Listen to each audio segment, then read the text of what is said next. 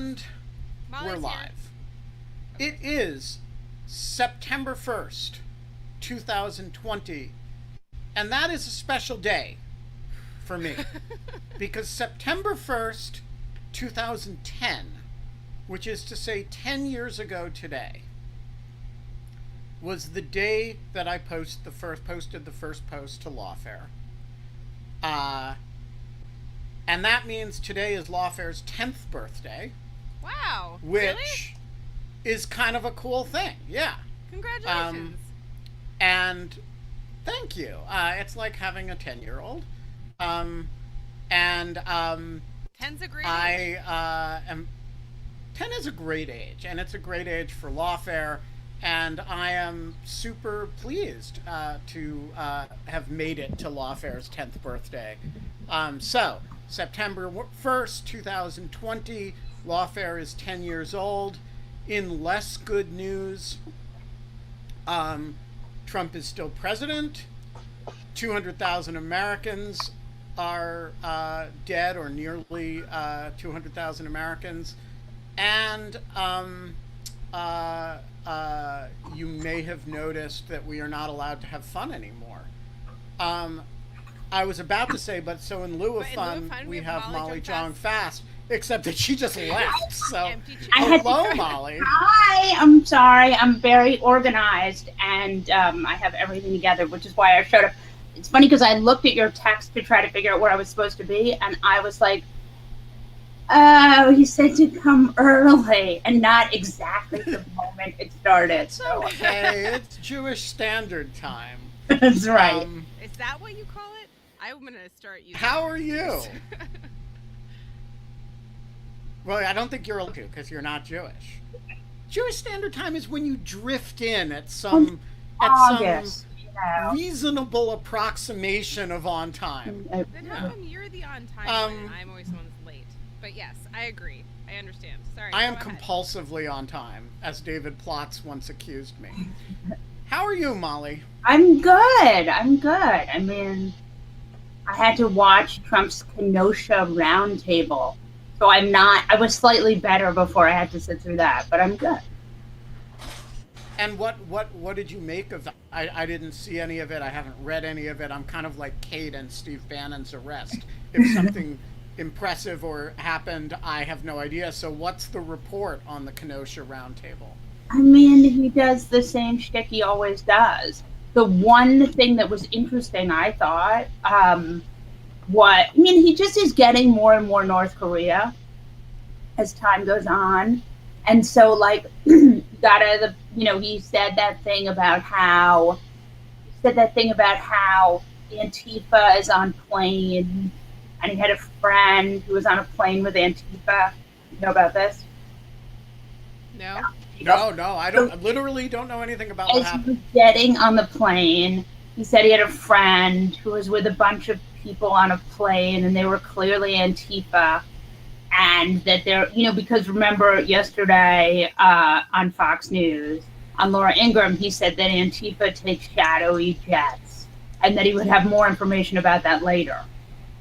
I know you're baffled, but I promise you the President of the United States did actually say this. I wish we were living in a world where he didn't say stuff like this, but he really did sort of imply that there was a shadowy Antifa movement that took planes. And then today he went a step further and told this very suspicious anecdote about his friend flying with Antifa. Wow. I don't even understand. Well, I mean, frankly, this is not the first time. I'm not parsing it.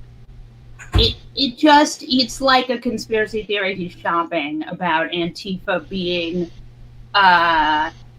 being controlled by some kind of leftist. Maybe I'm losing my mind. Maybe I'm the only person who saw this.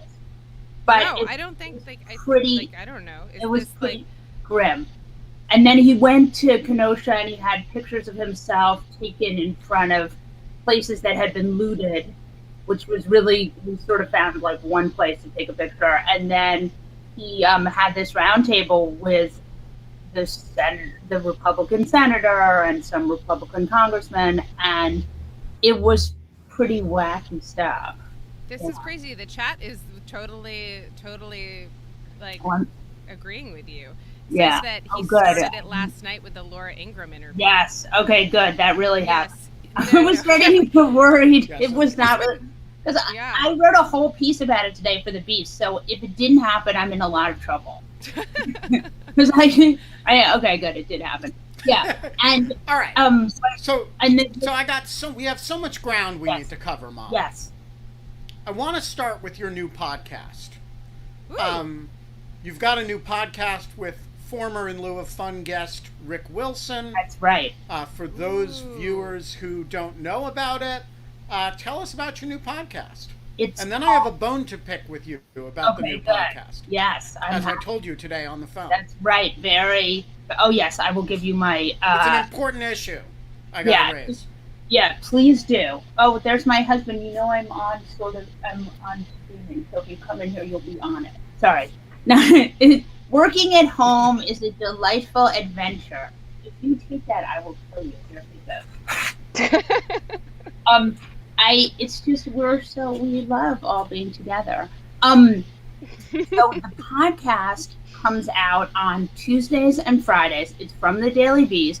It's very political, but we try to be fun. Like, actually very funny. And I was worried because I couldn't, sometimes you can't tell if it's good when you're doing it or not. And so I interviewed Ike Barinholtz from Eastbound and Down and The Oath, and he's like this incredible, funny actor. And he was just like doing shtick the whole time, and it was amazing. And he was like talking about the beautiful voters. You mean in the one that was released today or yesterday? Yeah, today. Yeah, the one so it's been really fun, and we got to have we had Miles on, who worked for the Trump administration. We've had a lot of really interesting people, and it's very fun to get to interview people, and it's different than writing a piece about them. Like, there's a lot more flexibility, and you get, it's just fun in a way it's not. So I'm having a really great time. It's really great. We have a really, really, really good producer who is just really smart. So I feel really lucky to have him. So that's great. Did we lose Ben? I don't know. Ben sometimes blips in and out. It's like an apparition. He's frozen now. But I will say that this podcast, having now sat down with you and sat down with Rick Wilson, I kind of think that is a delightful mashup of kind of personalities and political I'm not frozen. proclivities. You're frozen. Yeah. Well, now we all moved over one. Yeah, I know. I can't. Yeah, the worst thing in the world is when everyone else freezes and then accuses you of being frozen. I hate that when that happens. So listen, frozen people. Last week, you guys were like 5 days a week. And during the Democratic convention, you were like 5 days a week. Yes. How often are you doing it in general? So we did a special. My mom is good, thank you. She had a little health hiccup, but she's good.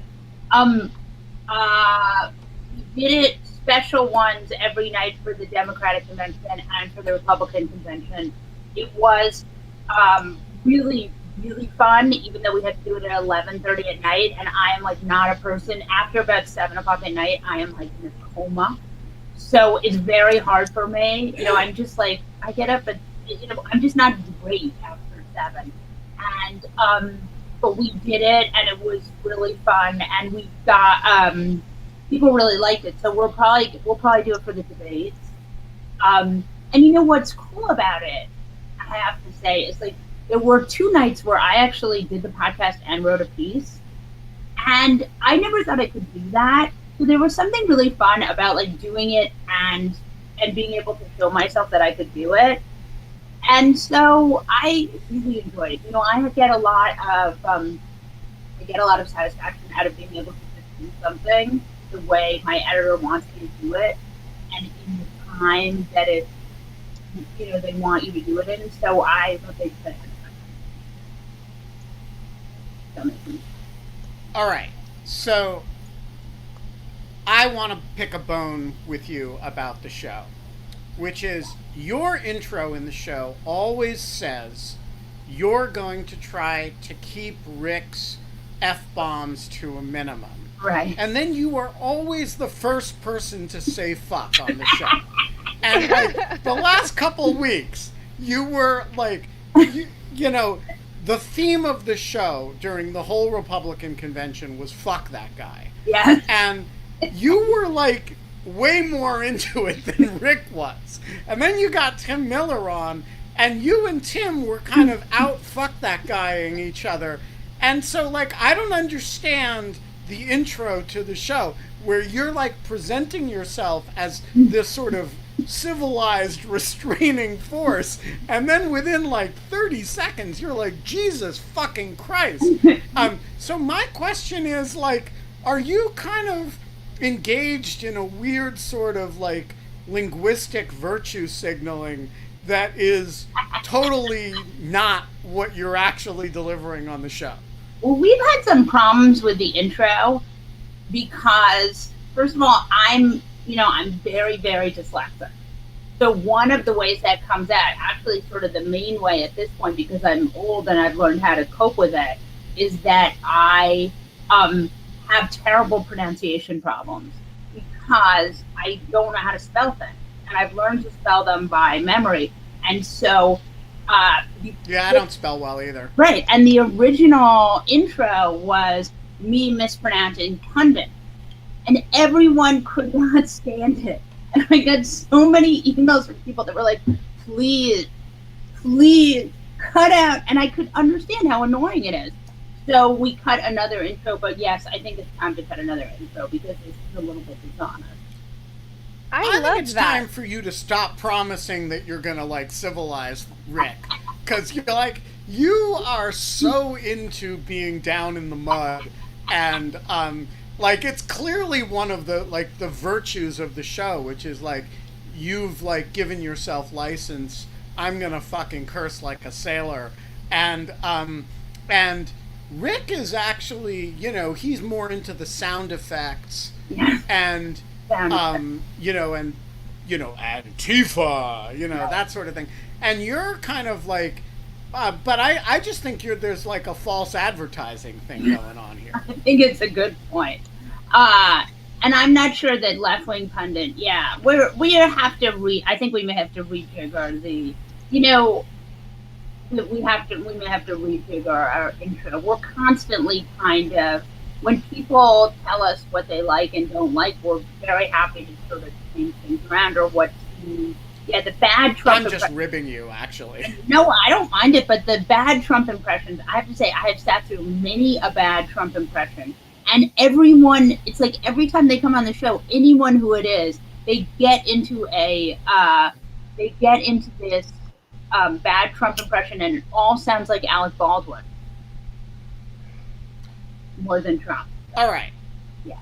So here's my next. So, in all seriousness, the thing I love about this show is that you and Rick come from completely different worlds, and the overlap of the Venn diagram is this unadulterated, kind of unmediated anger and incomprehension at the world that we're occupying.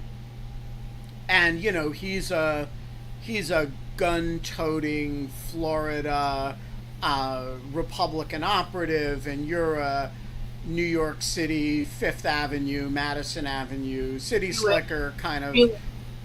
What? Jewish. Yeah, Jewish, yeah. Yes.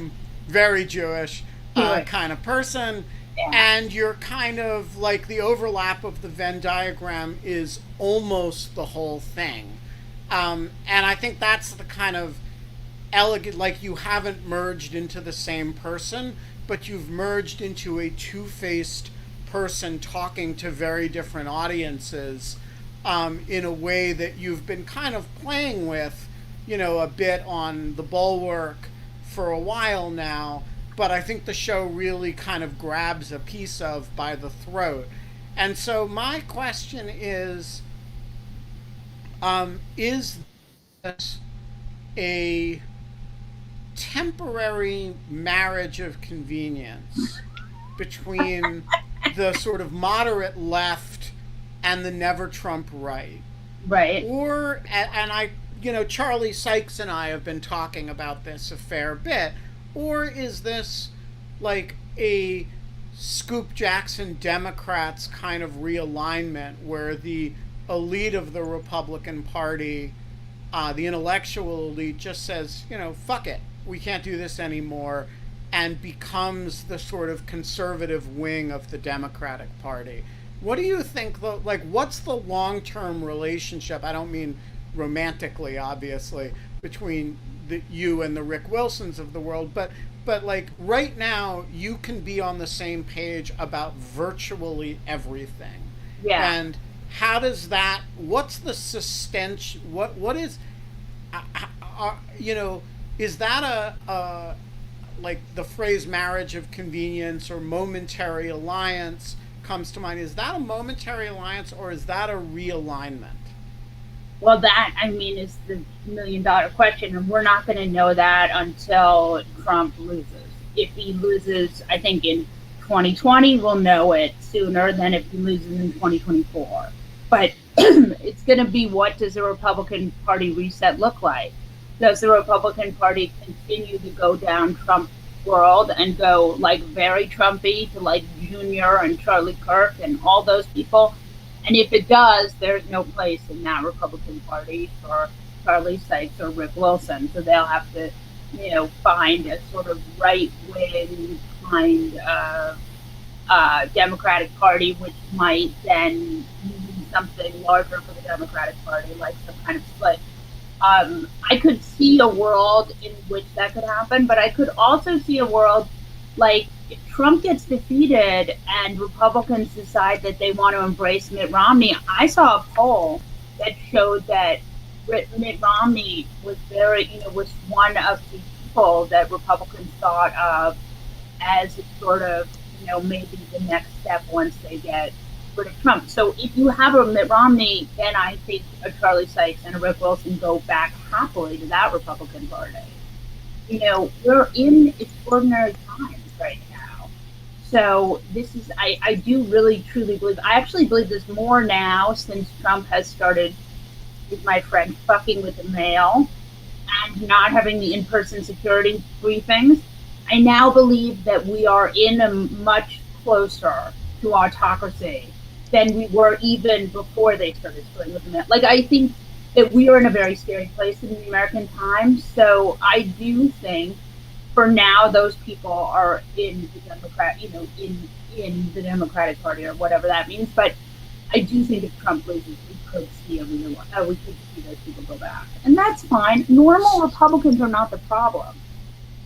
They're maybe not my first choice, but they're not the problem. No, sorry. Kate, take over. All right. I have a little job to do here. I know. I was figuring that. So I've always been a fan of your writing. I really particularly, the most recent thing that I read of yours was just your fun little piece. Was in the New York Review of Books. Yes. That was so great. Like, it was wonderful. And you have such an interesting way of if you can talk to, you can tell the audience kind of brief overview of the premise for that. I think I have some specific questions about how you went around about deciding to interview your parents for that specific thing. And it seemed brave and also fascinating in kind of in a great way. So it's actually a really interesting story. Martha Stewart posted this Instagram picture of herself, and she looked amazing. She looked so good.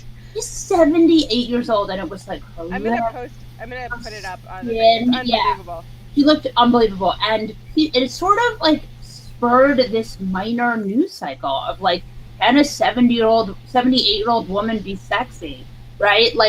And can what? And I always think we're always talking about this idea of can women still be sexual beings in their 60s and 70s? And here she is almost 80.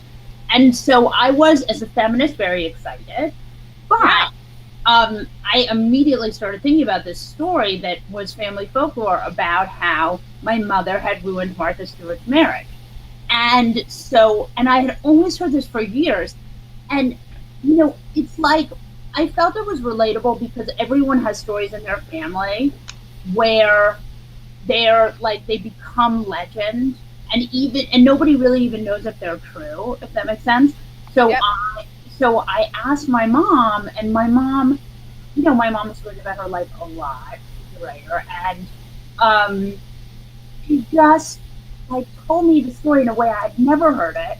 And then I called my dad, and my dad told me, my mom had told me that my dad had, it just was a whole, this is the picture.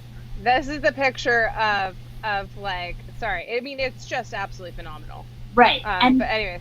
Yeah. So my dad had told me the story. Yeah, she's 78. Isn't that ridiculous? It's crazy. But I look that good at 18. I just want to say, that's around the same age as my mom. And right. You also, my mom was a guest on In Lieu of Fun, and that's kind of like super cute. Yeah, she's if she put on and she's running clinical trials, which is kind of like being in vogue. What is she running clinical trials for?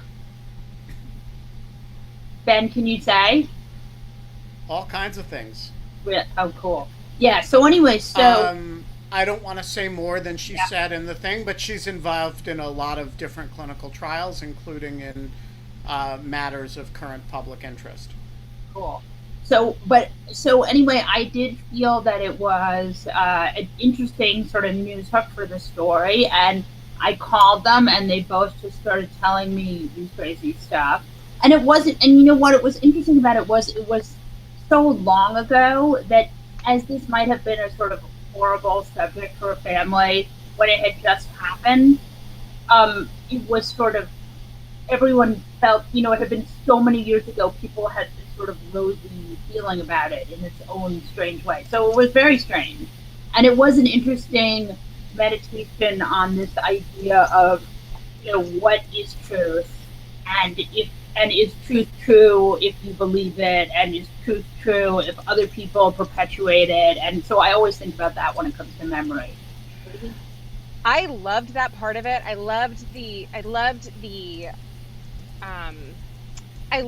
conversation and what it must be like to have artist parents or people who appreciate the art of telling a story, and the privacy that you kind of relate of as an author doing an interview. I was just kind of curious, there's always inclinations that you have about whether the person is being totally true. You have your past experience of whatever it is.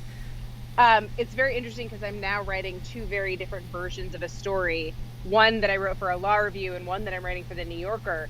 Oh, yeah. And they're the same exact facts. I just am telling them in a different voice, and it's bringing up a lot of the same things that you kind of mentioned. And so I just think it's a fascinating question that is very underexplored, and I loved how you played with it, and it was just super interesting. Also, the gossip of it was just very fun. I was like, oh, Martha Stewart. She's a very shadowy figure for me, and I don't mean that just because of her criminal history, but even before that, I was I remember finding out she'd been a model, and had this whole thing before she became this kind of automaton, perfection, putting drag gaze on everything. What?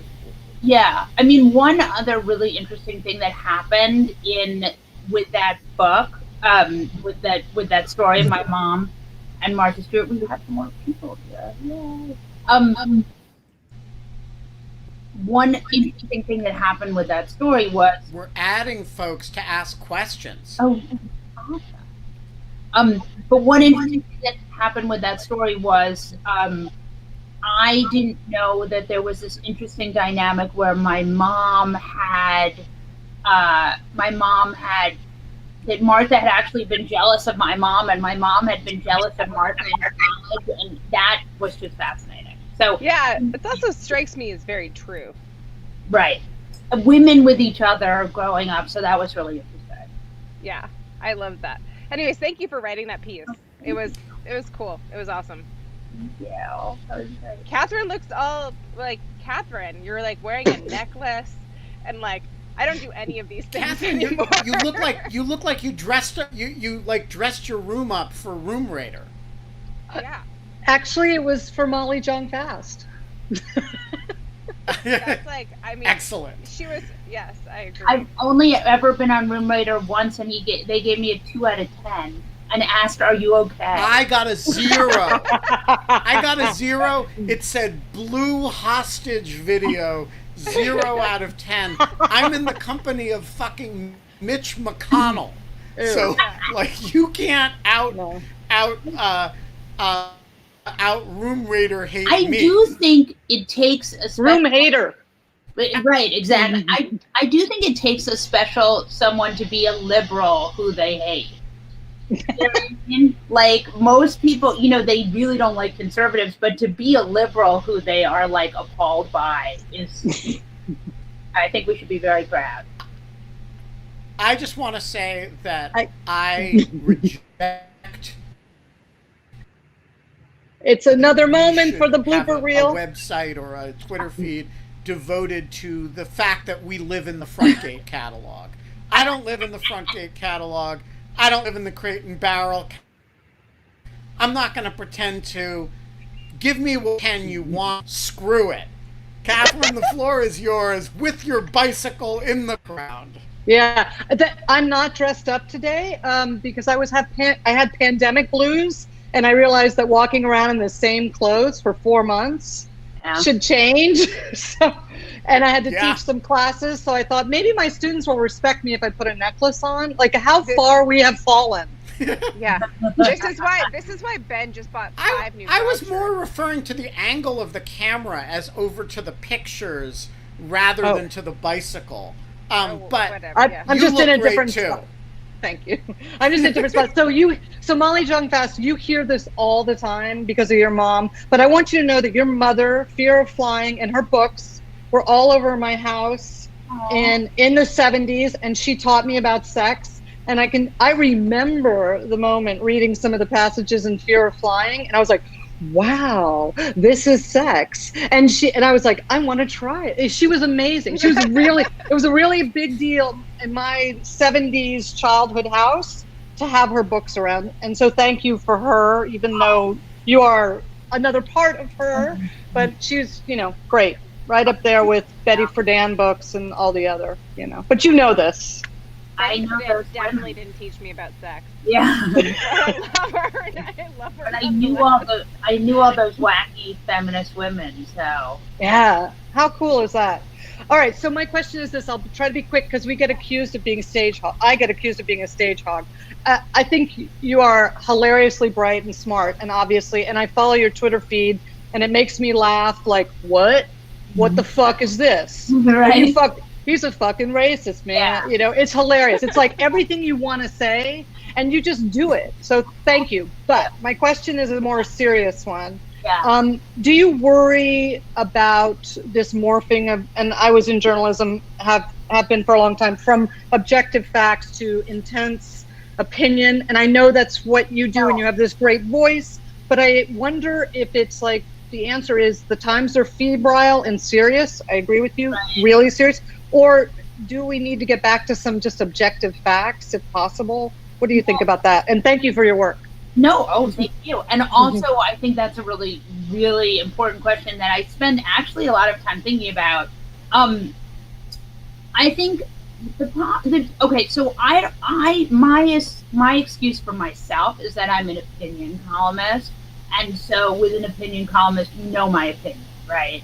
My opinion is my opinion. I write my opinion. I don't necessarily write I do straight journalism, but I try not to do it so much because I feel like I really am an opinion journalist. And in fact, what's interesting is sometimes I feel like there are pieces I want to do, but I don't want to do them because the people know where I'm coming from and they know my bias. So even by reporting something or even by someone coming to me they are, they are sort of subscribing to my worldview. So yes, I think about that a lot. I think that you want in your newsroom with your straight reporting, you want as little bias as possible. Of course, right now, are we in normal times? I don't think we're in normal times. But that's why I think that straight reporting has had a really hard time keeping up with Trump.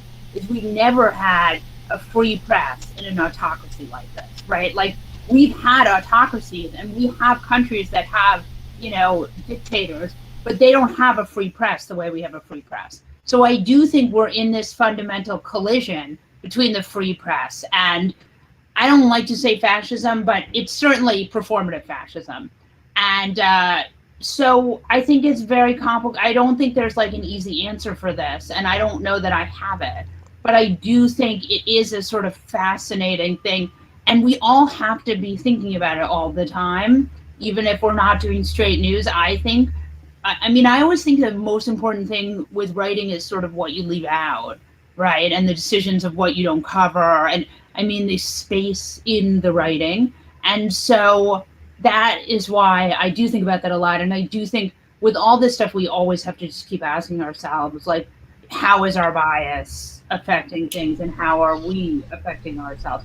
And I do think Anne Applebaum, she is like one of the smartest people out there. And she talks a lot about that it is a kleptocracy. And it definitely is a kleptocracy. Yeah.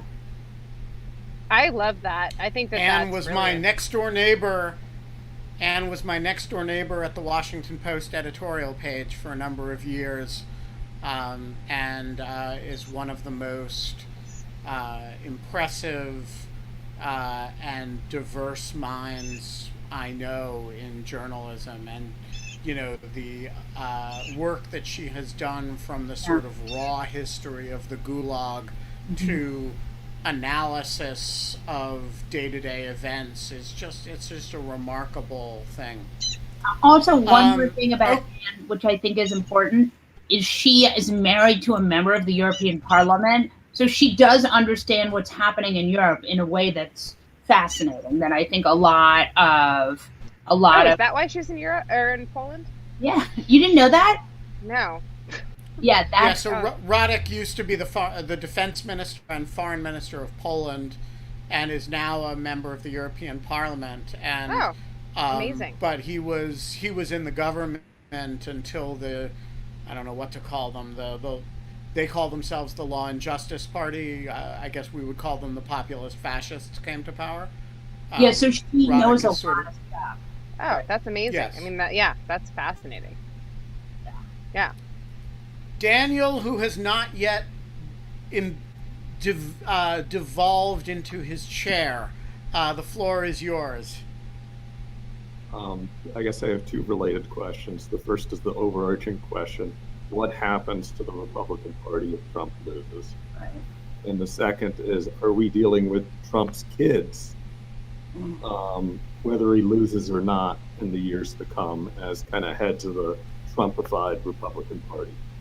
So I spend an enormous amount of time thinking about both of these questions. I don't want to admit how much time I spend thinking about this because they're. I think I was more worried about the kids 2 years ago than I am now, if that makes any sense. I think when you saw this RNC, you saw the only one of the kids that I think really has a chance to capturing their father's group is Junior, because Junior is really has that kind of misogynistic rage that the others don't really tap into. I think what's going to happen with the kids, and I could be completely wrong, the large adult sons, is that either Trump wins again, and then there's no space for the kids, right? Because then by then, in 4 years, we'll all be living in Canada, or Trump loses, and then I think the Republican Party, I just have trouble with them with the idea that they're going to pick this sort of less smart version of the dumb guy, but I could be wrong. I don't know what, they seem to have completely lost their minds, so.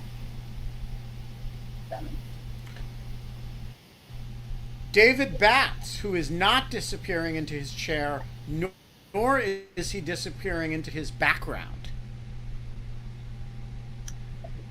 Good afternoon, Molly. I love you on the Bulwark, and I'm definitely subscribing to your new podcast. That sounds super awesome.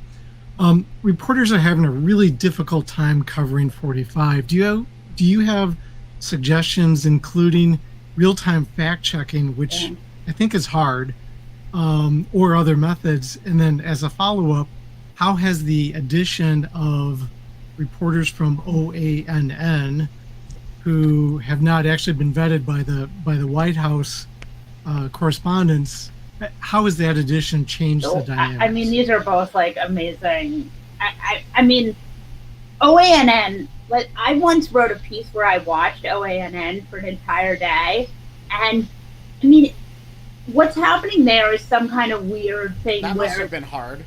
Yeah, that sounds fucking awful. I have a high tolerance for that kind of propaganda stuff, so I didn't think it was so bad. And what's interesting about it is there's some news. It just sort of vacillates between news and then weird, it's like Sinclair.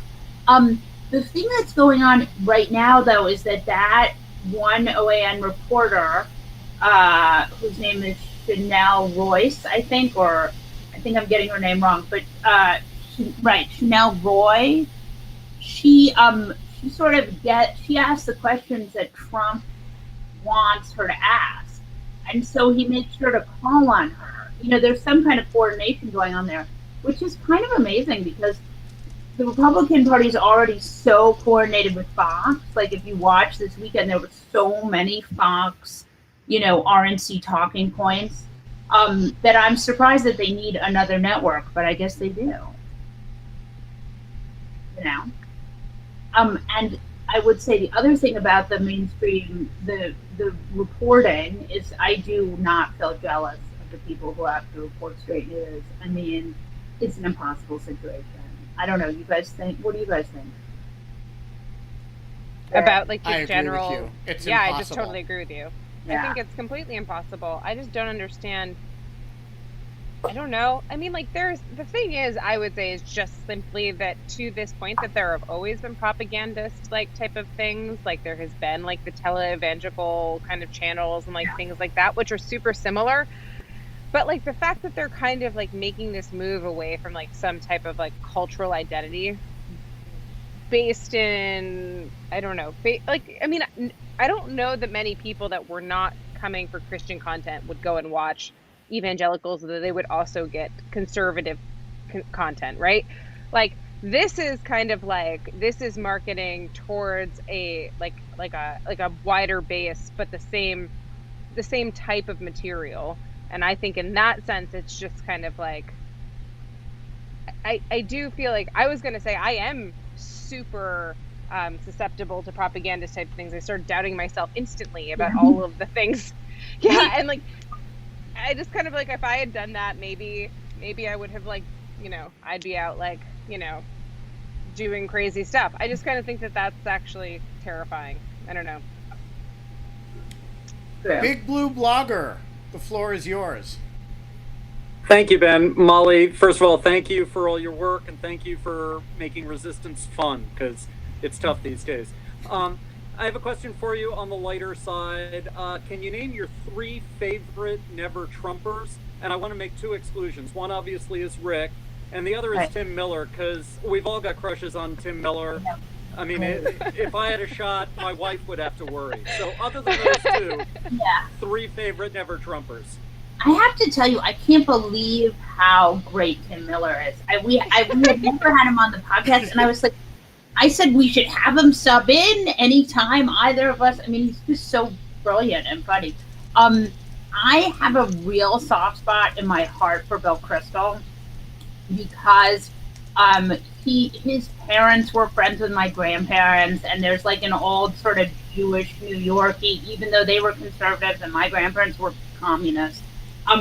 I feel very like he's mishpacha, and he's taken me out for lunch before, and I love Susan. I just feel like the Kristols are really good people, and I also think, I love what the Bulwark is doing. Like, I feel like they're doing such like, I love the writing there. I think it's done so well. I think the people there are really smart. And you know, I don't agree with everything because they're Republicans, but I do. I mean, if you compare them to what the Weekly Standard, I mean, it's a whole other level, I think. So I'm really impressed with them. And then the other Never Trumpers, I love David Frum. I know I get a lot of flack from liberals about that, but he is really smart and really thoughtful.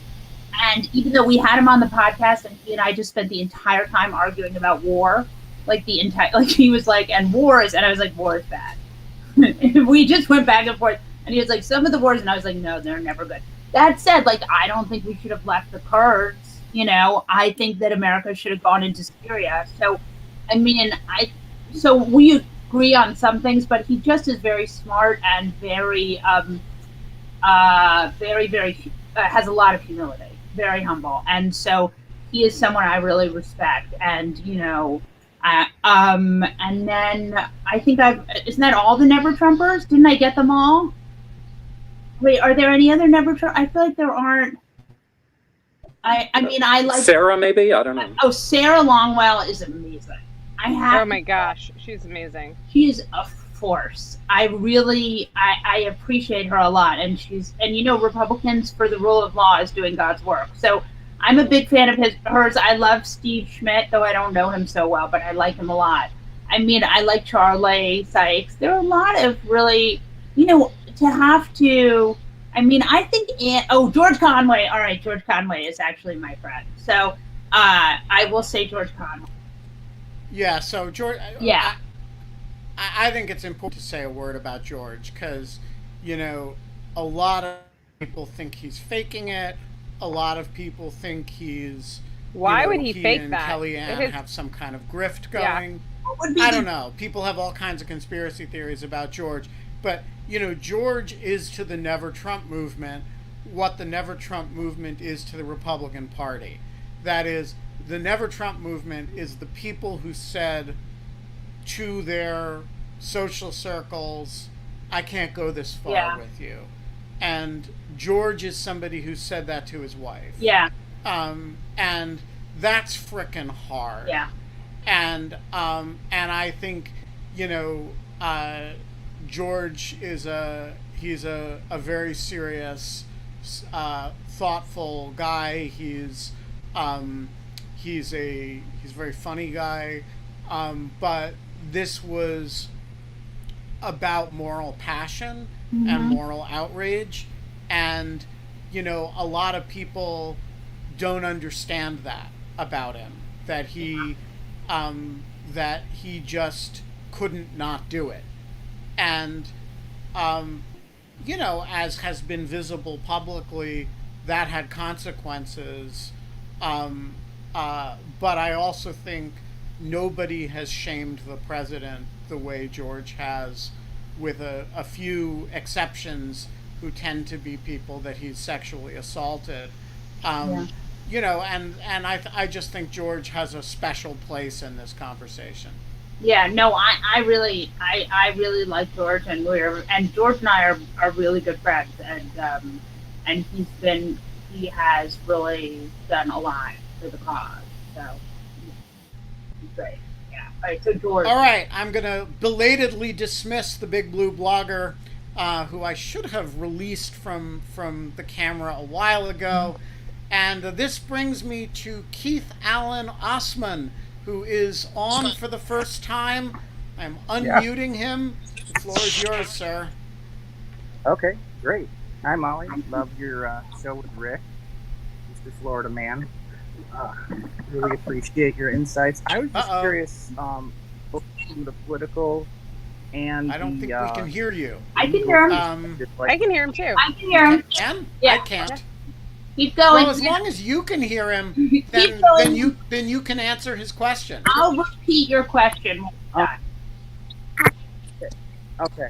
Well, my question is, in reading like how the separation of powers was set up, one of the things I remember the founders saying is like they want Congress people to covet their power. In other words, like be selfish towards it in a sense. And my question is, how do we get our Congress people to do that again, because I feel like we just, even both sides just keep wanting to throw more power to the executive branch. Yeah. And there's going to be another Trump. It's just it's inevitable, and they might actually be smarter than him and do some real damage compared to just being incompetent, which, you know, that would be frightening. But if there isn't more executive power there to grab, that might not be so bad. This is a great question, so I'm going to repeat it for Ben. The question is... Actually, I think if everyone else could hear it, don't worry about it. Just answer it. I'll figure it out from context. It's a good question. Basically, the idea is, how do we get Congress to keep their power and not give it to the president? Because part of the problem with Trump is that Congress gave their power to him, which I don't think there's anyone in the world who would argue that that isn't true. And then he brought up the horrifying scenario of like a Tucker Carlson presidency, where you get someone as insane and emboldened as Trump, but who's actually smart. Is that fair? Is that the question? Yeah, no, that was definitely the question. Go for it. Yeah, Kate, you go first. Oh, I mean, I don't know how you answer that question. That's a hard question. Well, I mean, like, I think that his question is basically like, well, listen, there's going to be another Trump, in the sense that there's going to be like, if both sides keep devolving in power to the executive branch, and they keep doing it based on outcomes and not principles, like that being that they want their side to have the power, that then like the next time that they're not in power, that executive branch has been granted all of these liberties that are not particularly well checked. And so the idea that I think that he's saying is like, while there's like, well, what's this to stop us from having, isn't part of the main things that's going on, the idea that we should devolve this power and try to kind of like stop it always like consistently going. There needs to be one person who steps up and says, not based on party politics or what it will mean for my office in particular, I am going to walk back this type of like executive land grab, so to speak. And I think that that's right. I just think it's there's a reason that this has happened in the first place, which is that we have made it hard we've made it very hard to run on principles and not outcomes. And that was always the case, but I think it's only gotten harder in kind of the instant nature of society and the instant feedback loops that we're on about like how kind of we want things now and we wanted them yesterday. And so I think that like that's going to be a hard call. And then I think that I don't know that it's anything, and Ben, you can like speak to this. I don't know that it's anything other than a one-way ratchet. I don't know that you get to go back. Like, I don't know that you can devolve that power once you've created it, because then there's precedent for it, and there's precedent for it again. And so that's kind of, I think, I don't know if I'm answering that as effectively as I should have, but like that was like the general take that I took his question to be asking. It's a great question. I just don't know that it has a particularly optimistic answer, unfortunately. Yeah, I'm curious, Ben, do you have an idea? I mean, I don't know enough about how the sort of minutia of how you could even do that, but I would love it if you could. Yeah, so here's a few thoughts on that. The first is a huge amount of the power that the president exercises is delegated power from Congress. That is, Congress passes these sweeping laws giving the president the power to do all kinds of things based on discretionary judgments. That is power that Congress gave, and that is power that Congress can take away. Right. Realistically, to take it away, you need either a veto-proof majority or you need a president who is sufficiently scared of what his predecessor or predecessors have done that he's willing to cooperate with Congress in reining in presidential power. One very interesting question about the post-Trump coalition is whether a President Biden would be interested in some of that. You know, does the president need all this emergency power? The second thing you would need for a serious reevaluation of presidential power is a sustained period in which the Congress is not ruled by the party that of the president. Yes. So that you could Yes. have a situation in which Congress's institutional interests were coincident with the partisan interests of the party that controlled Congress, so that you could have a sustained confrontation between Congress and the presidency, rather than a situation where Congress had conflicting interests, right? The chairman of the Homeland Security Committee in the Senate and the Judiciary Committee in the Senate wants to not confront the White House but protect the White House. Mitch McConnell wants to protect the White House, not confront the White House. You need an environment in which that's not the case. So I think those are obviously conflicting situations, but Antonin Scalia, who is not my favorite justice by any means, but was capable of a lot of wisdom at various times, used to make the, I think, correct point that in our system, Congress actually has all the power. It just has a collective action problem that makes it extremely difficult for it Ben. can use it. All the ultimate power is all there. So the question is, how much do they care? And can we create political incentives for them to care enough? And I think eventually the system is self-correcting. I hope it is not a one-way ratchet, but it is a ratchet that has been going one way. That's really well said. I just want to say that you're correct in terms of, and I think that you answered Keith more correctly than I did, because you mentioned the congressional powers that have been delegated, but like I was kind of speaking in terms of the precedential power of executive orders, Right.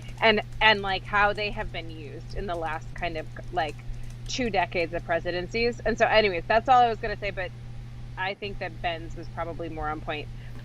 The question, though, just one question about those executive orders. It feels to me, and again, feels being the operative word because I don't really know the sort of ins and outs of this, but it feels like a lot of these executive orders, at least in Trump world, he sort of signs and then forgets about, right? Like, he signed this one that did this payroll tax cut, which he can't really do, and then that never happened. They're trying to do it, but don't you feel like a lot of these Trumpy executive orders they sort of are more ceremonial than... Which are more ceremonial? I mean, I was... Well, like, the travel ban actually happened, but as we got on with the presidency, he sort of just did them, but didn't really actually do them. Great question. So, yeah, I mean, some of these are more ceremonial, but some of them that seem ceremonial turn out not to be. And I found myself involved in one of those cases in a weird kind of way. So when the president issued a executive order designating Antifa as a terrorist organization, a whole bunch of us laughed at it and said, well, that's just bullshit because he doesn't have the authority to do that. But, some people at the Department of Homeland Security looked at that executive order and said, actually, that's a policy directive, and they started organizing collection activity, intelligence collection activity, based on that. And that's where, the idea that you can collect intelligence to protect monuments and statues comes from. It comes from this presidential executive order saying, I'm designating monuments and statues as a if you break a monument, I'm going to get you. Yeah. And so DHS took that as a policy directive and organized intelligence collection based on it.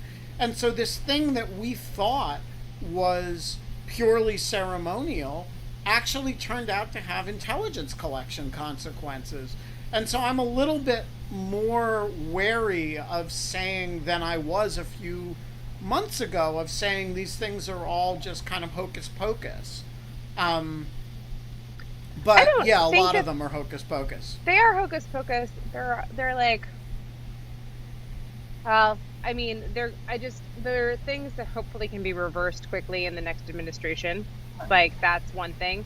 The other thing is, like, some of them are hocus pocus, and some of them are, if they're not hocus pocus, then I would say that, like, they are very problematic, kind of using the office as, like, a rallying point for his base, which is, like, we forget how fucked up that is, but it's insane to, like, even issue hocus pocus kind of stuff just to rally up your base voters and to, like, do types of, like, make gestures that you can then spuriously call on. I don't know. I just think, this is that sense of things, like, sometimes this, unfortunately, world has normalized for us a little bit over 4 years. You kind of can't avoid it. Like, he just said gobbledygook on TV, apparently, Ben, about, like, Antifa planes, and, like, I can't even like get myself to get excited about how crazy that is, because happens all the time now. Well, I didn't see the thing. He said something about soup being used as a weapon, and I recently saw that on Twitter. I had completely missed that. Soup? Yes, Antifa used soup. Soup? Soup. Antifa used big bags of soup. Yep, big bags of soup. Like, is that the craziest? I have personally eaten soup that I considered to be kind of a weapon.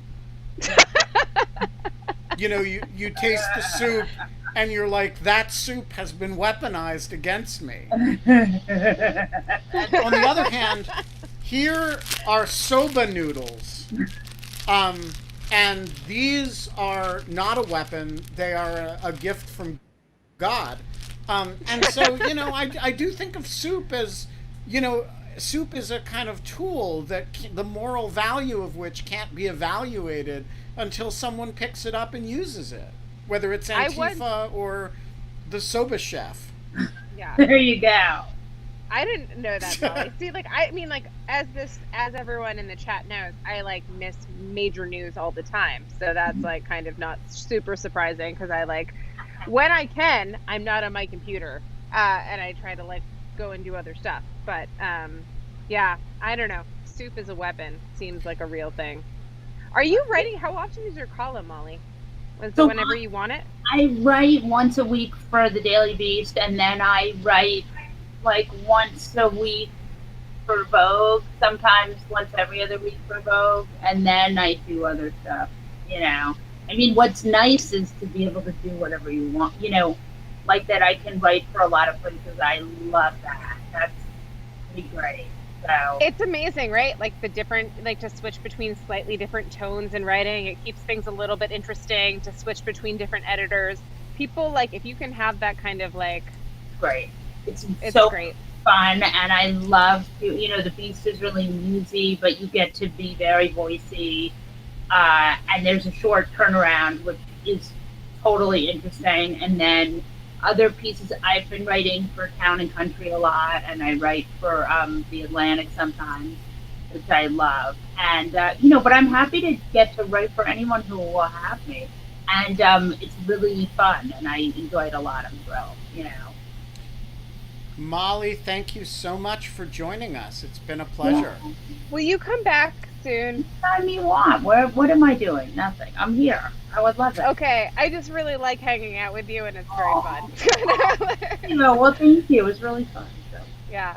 This was great. Kate, we have a hole in our schedule tomorrow because of a late cancellation, but we are going to fill it. Okay. And we are going to have a guest tomorrow. And I think I even know who it's going to be. And, well, that's convenient. I have good news that Jamel Bowie is coming on Tuesday. Jamel is coming on Tuesday, so that'll be fun. Excellent. I have never met Jamel, so I'm excited about that. We should ask him about his heirloom bean, habit, and he is an incredible photographer. And has, like, should we call the show Jamel Bowie on Heirloom Beans? Yes. But that sounds Because like he's people will like think doing it's a them joke, but that's they think he's like doing them like drugs though. That's like what like on heirloom beans. Yeah, we don't want to. Like, Yeah, no, we don't want to. We don't want to make people think he's shooting heirloom beans. Yeah. All right, we will be back tomorrow, 23 hours exactly from now, and until then, we don't have fun anymore. But in lieu of fun, we have a president who talks word salad and talks about Antifa airplanes and all kinds of stuff. and that's- weaponized soup. And violence. and we have weaponized violent soup, and it is coming for you.